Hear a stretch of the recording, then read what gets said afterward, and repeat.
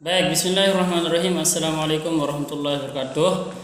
Kali ini saya akan membahas tentang perkembangan kurikulum di Indonesia. Terlebihnya, saya akan membahas terkait sejarah-sejarah kurikulum yang pernah ada di Indonesia dan beserta perkembangan-perkembangannya. Jadi saya di sini tidak akan terfokus kepada kurikulum-kurikulum yang ada pada sekarang, tapi saya lebih ke perkembangan kurikulum sejak awal kemerdekaan.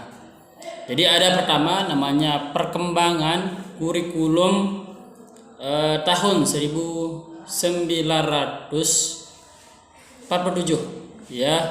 Itu disebut kurikulumnya disebut rencana pembelajaran. Ya, dipengaruhi di sana ada sistem pendidikan kolonial Belanda pada saat itu dan kolonial Jepang yang memang tujuannya di sana untuk membangkitkan jiwa juang daripada Indonesia tersebut. Di sana ada namanya di mana pembelajaran-pembelajaran yang di sana itu berkedok kepada merebut kemerdekaan dan membentuk karakter Indonesia yang merdeka. Kemudian kurikulum yang kedua ada namanya kurikulum 1952 yang disebut dengan kurikulum rencana pendidikan terurai. Di sana isinya adalah pelajaran itu dihubungkan dengan kehidupan sehari-hari. Dan juga rencana pembelajarannya itu lebih terperinci. Di sana juga isinya rencana pembelajaran itu dinamakan dengan pembelajaran terurai. Sehingga di sanalah kalau boleh kita sebut dengan istilah sekolah rakyat. Ya, di sana mulai. Kemudian di sana pendidikannya lebih kepada bagaimana membentuk membentuk pendidik yang bermoral, kecerdasan, emosional dan kepribadian yang jasmani. Nah, kemudian yang selanjutnya ada namanya kurikulum 1964, yaitu kurikulumnya disebut rencana pendidikan. Rencana pendidikan, yaitu ciri kurikulum ini adalah pemerintah itu memiliki keinginan agar rakyat itu mendapatkan pengetahuan akademik, dan dari sini dimulainya adanya STI, sehingga pendidikan ini bertujuan untuk gimana untuk mendapatkan bekal dasar untuk bagi seorang pelajar atau pendidik atau seorang peserta didik. Di sana ada cipta, rasa, karsa, karya dan moral yang diciptakan, sebagaimana disebutkan oleh Hamalik pada tahun 2004. Kemudian yang selanjutnya itu kurikulum 1968. Ini merupakan pembaharuan, yaitu atau penindaklanjut daripada kurikulum 1964. Ya, di sini merupakan hanya perbaikan struktur pendidikan yang menjadi pembinaan Pancasila yang ada di sana sebagai pengetahuan dasar dan kecakapan khusus. Isi daripada pendidikan ini adalah yang diarahkan kepada kegiatan bagaimana mempertinggi kecerdasan, bagaimana juga membentuk keterampilan khusus bagi peserta didik dan pengembangan fisik yang sehat dan kuat. Kemudian ada kurikulum di kurikulum 1968 ini ada berapa jumlah pelajaran yang ada.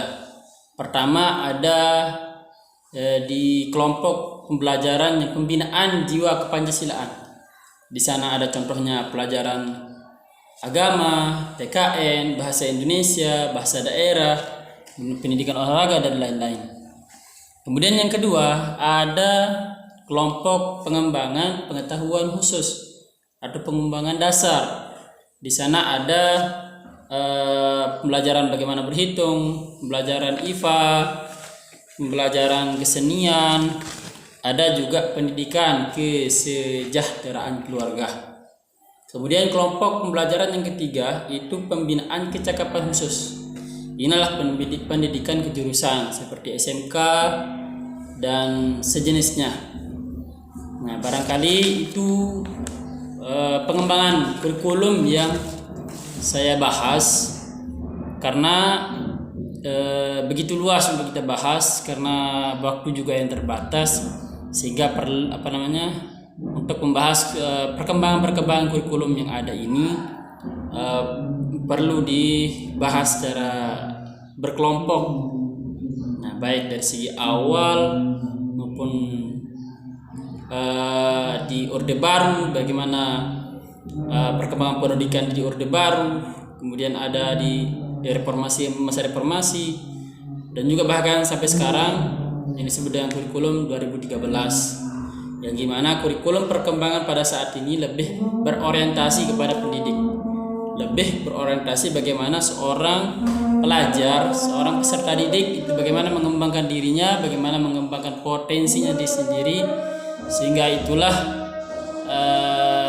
lebih kepada pemberatan pendidikan itu sekarang itu lebih kepada peserta didik, di mana seorang peserta didik itu bisa mengembangkan dirinya, dan dia itu sebagai partner antara guru dengan siswa itu, sikapnya adalah sebagai partner, sebagai kelompok belajar. Jadi bukan hak mutlak seorang pelajar, bukan juga hak mutlak sebagai pengajar, tetapi di sana juga pelajar dengan mengajar, seorang pelajar dengan pengajar, itu di sana adalah konsepnya belajar bersama, disebut dengan kelompok belajar.